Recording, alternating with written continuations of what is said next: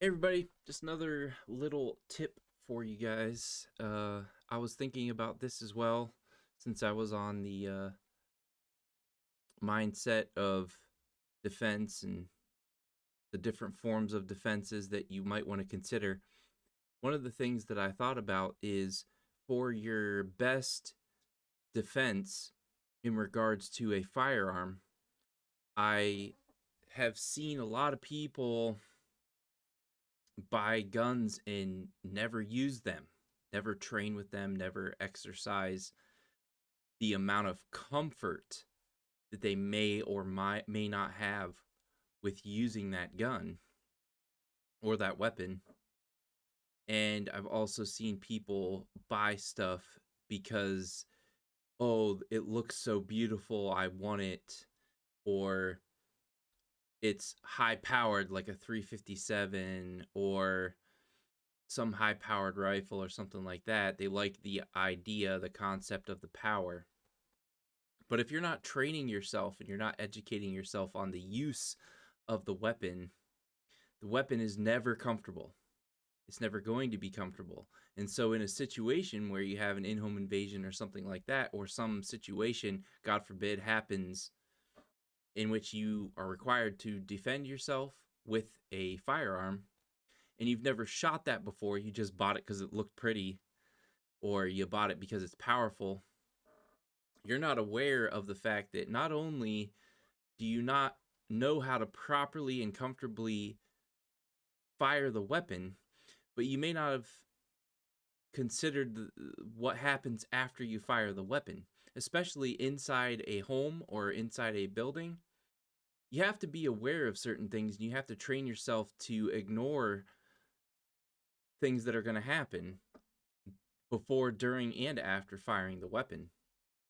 And just little things that make a big difference that you really just want to have, like I've said in previous videos, situational awareness. The fact that when you fire that gun, depending on how powerful it is, it's going to have a lot of kickback.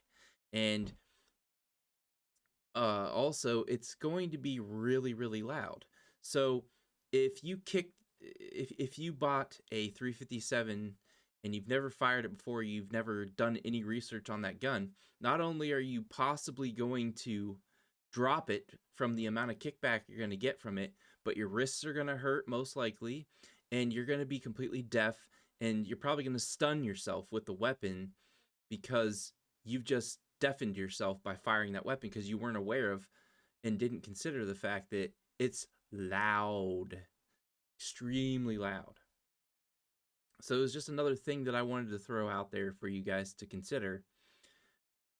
Experiment with going to courses, or go to family members and say, "Hey, I feel like I need better education." Like my mom's boyfriend, Jack, he does videos, Jack Rabbit 13, in case you guys want to go follow him on YouTube.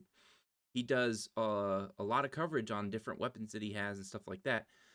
And I would reach out to a family member like him saying, "Hey, I don't feel like I have enough education on what type of firearm I should buy, what type of firearm I should use for in-home defense, what type of firearm I should eventually get a concealed carry for.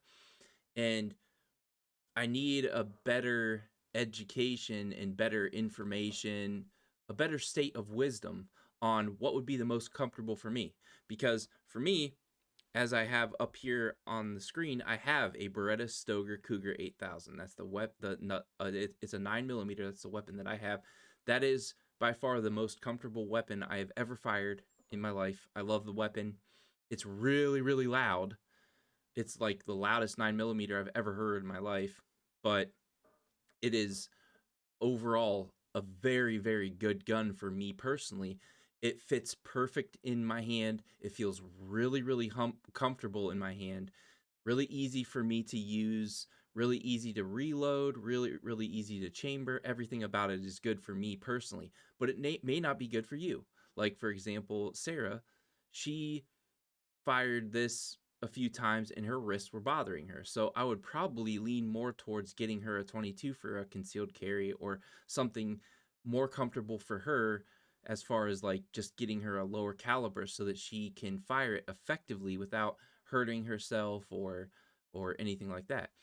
So really consider and take some time to educate yourself properly. Don't buy something because it's pretty or because it's powerful.